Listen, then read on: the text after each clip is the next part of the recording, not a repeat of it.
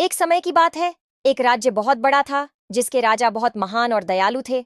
उनका नाम महाराज सूर्यकांत था। राजा की 4 पुत्री थीं, जो सबसे अलग और अनोखी थीं। बड़ी लड़की का नाम सोनाली था, जिसके बाल सोने के थे। दूसरी लड़की का नाम चांदनी था, जिसके बाल चांदी के थे। तीसरी लड़की का नाम कालिंदी था, जिसके बाल काले थे। सबसे छोटी लड़की का नाम गजनी था। उसके बाल नहीं थे, वहां गंजी थी। सोनाली अपने सुनहरे बालों पर बहुत घमंड किया करती थी। सोनाली बोलती है, मैं तुम तीनों बहनों से ज्यादा सुंदर और पूरे राज्य में सबसे खास और मेरे जैसा कोई नहीं इस दुनिया में।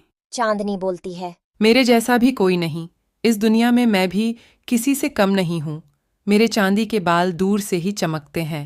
कालिंदी बोलती है, आप दोनों के भले ही सोने चांदी के बाल हैं, पर मेरे भी लंबे काले बाल लोगों पर कहर बरसाते हैं।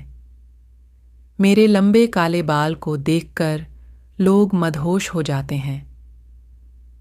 मैं भी इन काले बालों के साथ कितनी खूबसूरत लगती हूँ। मैं भी किसी से कम नहीं। सोनाली बोलती है, हाँ, हम तीनों तो बहुत खूबसूरत हैं, लेकिन इस गजनी को देखकर तो मुझे शर्म ही आती है इसको बहन बोलने में। चांदनी और कालिंदी भी बोलती है, हाँ दीदी, आप सही बोल रही हो। ये गंजी कितनी बदसूरत लगते हैं। ये हमारी बहन कैसे हो सकती है? हमारी बहन कैसे बन गई?